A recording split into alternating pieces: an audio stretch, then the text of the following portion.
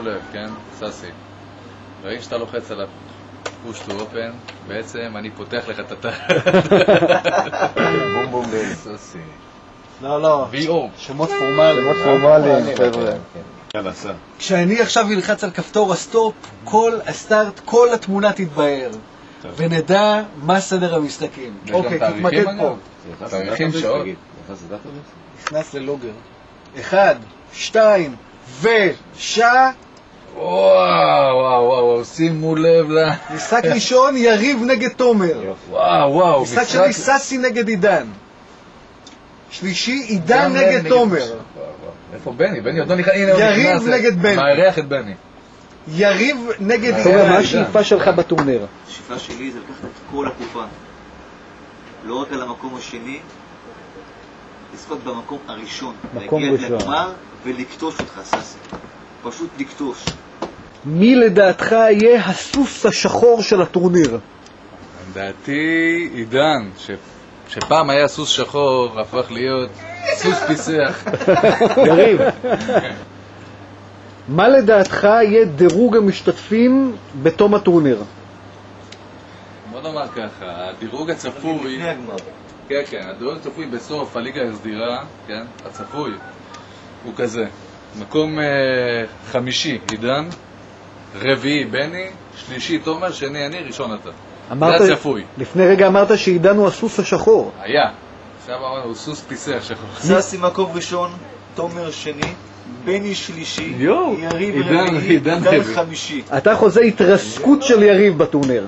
זה לא התרסקות, זה היכולת הרגילה שלו. האנליסטים חזו לך בפה אחד מקום אחרון. מה תגובתך על זה? שמע, אני לא רוצה להגיב לדברים האלה, זה סתם השמצות, אני את שלי אעשה על המגרש. ומה דעתך על הגדרתו של יריב עזריה, הסוס השחור הפך לסוס פיסח? אנחנו נראה מי הפיסח פה, אנחנו נראה את זה. אנחנו נראה. הם שלי. מה ההימור שלך לגבי זהות המנצח בטורניר? באמת? ומי יהיה מקום שני? יריב. אתה תבוא לראות חלק מהמשחקים? כן. איזה משחק מעניין אותך במיוחד? לקראת הסוף. למה אתה לא משתתף בטורניר? אני לא מאומן מספיק. לא מאומן מספיק. אז אולי לקראת האליפות הבאה נראה אותך עולה למגרש? נראה. יפה מאוד. תיכנס לדפי ההיסטוריה. להגיע לגמר, אני באמת, זה לא משנה לי מקום ראשון או שני, וברגע שהגיע לגמר וכנראה שזה יהיה נגדך, פשוט לא לתת לך לנשום. זאת אומרת, מה השאיפה שלך בטורניר? השאיפה שלי זה לקחת את כל הקופה. זאת אומרת, כל הדיבורים שרצו פה בשבועות האחרונים על נפילת האימפריה וכזה, זאת אומרת, אתה חושב שבעצם זה סתם שטויות, זה לא... יש כאן אנשים שהם אלופים במשחקי ידידות. אבל כשזה מגיע לשורה התחתונה, למשחקים... למאני טיים. אני רוצה שמות, ססי. אתה תראה תוצאות. יש פה דוקיומנט שמראה לכם את הסדרה. פה ניצחתי 4-3 ואחרי זה ניצחתי 4-2. כמו שאתם רואים, תסתכלו על הפנים שלו, כן? תסתכלו על הפנים שלו ותראו, זה שחקן של משחקי ידידות. אין פה. המטרה שלי היא לא להפסיד נקודה אחת כל הטורניר. נקודה. סוכנויות ההימורים של תומר, ססי ויריב מיקמו אותך ללא עוררין כולם במקום הרביעי. זה מה שאני אומר, יש לך מפתעה. בוא. אני רוצה להיות מוכן. הם שלי. אנחנו נמצאים רגע לפני תחילת הטורניר והצהלה רבה, המתח עצום. אפשר לחתוך את האווירה בסכין. אפשר לחתוך את האווירה בסכין, וזה בני שמסומן על ידי רבים כסוס השחור של הטורניר, לאחר שהסוס השחור הקודם הפך לסוס פיסח. אנחנו בפתיחת הטורניר הרשמי של צוות הסימולטורים, אליפות הכדורסל. משחק הפתיחה מביא לנו את יריב עזריה נגד תומר שקד. אוקיי, פתיחת הטורניר. יריב... הטורניר השני של צוות הסימולטורים, הטורניר המלא באמת. הטורניר המלא, ויריב פותח בזריקה מקלאסיק. ובחוץ! ראשון. אתה משחק אסור לדבר. עד עכשיו 0% קליעה במשחק, פתיחה מאכזבת. זהו בני בורנפלד, דה בולבוי. 3-2 ליריב. אחרי משבר בפתיחה, המשך יוצא דופן. וואו, איזה יופי. סיום מוחץ של המשחק. תומר המום, תומר מתומר. מוסמר. התוצאה היא 5-2. תגובתך תומר. מה קרה? הובלת. בושה. מה קרה? בושה. יריב, איך אתה מסביר את המהפך? אני חושב שבסופו של דבר זה היה צפוי. אני אמרתי שאני הולך לקחת את הטורניר הזה. מתחילים עכשיו את המשחק השני, ססי מול עידן. לכאורה תוצאה צפויה, אבל בוא נראה. זריקה ראשונה בפנים, זה בעיה. מקד בססי אבל. 3-0. הערכה ראשונה, התוצאה היא 4-4. האם בני יאמר? הוא לא מאמר על תומר. הוא בדרך ליטול את היתרון שוב. סנסציה. והוא מחטיא 5-4, ובני יכול לעשות מאץ' פוינט. הוא לא עושה.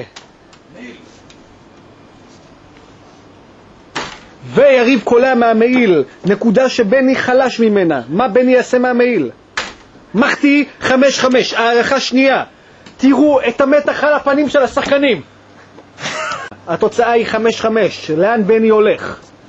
ג'וד לק. הכדור בפנים, כל הכבוד. יריב מג'וד לק, העצבים שלו לא עומדים בו. התוצאה היא 6-5 לבני. האם הפעם הוא יצליח להגיע למאץ' פוינט? מקודם הוא לא הצליח. מאץ' פוינט ראשון, סנסציה ראשונה בטורניר. הכדור בפנים, ווינר, יריב הוא ווינר, עמד במאץ' פוינט ראשון, מתח עצום כאן במגרש, הצופים המומים. והכדור בחוץ. לחוך. והכדור בפנים. האם יריב יצליח להשוות? כישוף תימני, לחוך. עתיק יומי. ובחוץ.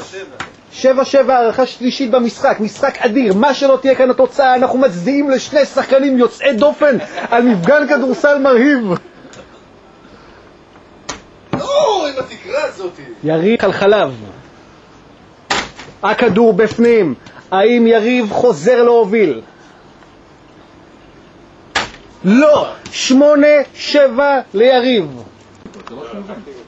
חיובים או... לא, 2 משם, 1 לכאן. לא 3 מכאן. לא מצליח.